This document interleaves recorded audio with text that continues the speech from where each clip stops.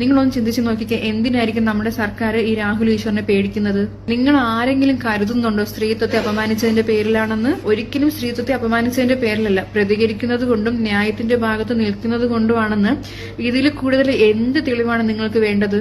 ചിന്തിച്ചു നോക്കിക്കേ, ശരിക്കും നമ്മുടെ സർക്കാർ എങ്ങോട്ടാണ് നമ്മുടെ ഈ ഒരു നാടിനെ കൊണ്ടുപോകുന്നത്? മനോരമ ന്യൂസിലെ രാഹുൽ മാങ്കൂട്ടം വിഷയം ചർച്ച ചെയ്യാത്തതിന്റെ പേരില് CPM പ്രതിനിധികളെ ശബരിമല വിഷയം ചർച്ച ചെയ്യാൻ വേണ്ടി പങ്കെടുപ്പിക്കില്ല എന്ന് പറഞ്ഞ പാർട്ടിയാണ് നമ്മുടെ മുഖ്യന്റേത്. രാഹുൽ മാങ്കൂട്ടം വിഷയത്തിൽ ഇത്രയും ചങ്കുറപ്പോടുകൂടി അയാളെ കൂടെ നിൽക്കാൻ വേണ്ടിയിട്ട്, അല്ലെങ്കിൽ എന്താ പറയാ, സത്യം വിജയിക്കാൻ വേണ്ടിയിട്ട് ചാനലുകളിലെ മഞ്ഞ വാർത്തകൾ മാത്രം കണ്ടുകൊണ്ടിരിക്കുന്ന നമുക്കൊക്കെ സത്യം എന്താണെന്ന് പറഞ്ഞു തരാൻ വേണ്ടിയിട്ട് രാഹുൽ ഈശ്വർ എന്ന ചെറുപ്പക്കാരൻ ഇനിയും ഇവിടെ ഉണ്ടാകണം.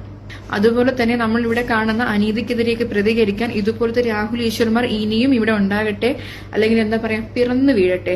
പലതരത്തിലുള്ള പീഡനങ്ങൾ അനുഭവിക്കുന്ന ഒരുപാട് പുരുഷന്മാരുണ്ട് ഇവിടെ. ഒരു 10-65 വയസ്സായിട്ടും ഇന്ന് വരെ സമാധാനം കിട്ടാത്ത എത്ര ആണുങ്ങളുണ്ടെന്നറിയോ? വളർന്നു വരുന്ന ആൺമക്കളുള്ളവര്, അല്ലെങ്കിൽ എന്താ പറയാ, ഇപ്പം ഭർത്താക്കന്മാരോട് സ്നേഹമുള്ള ഭാര്യമാരുള്ളവര്.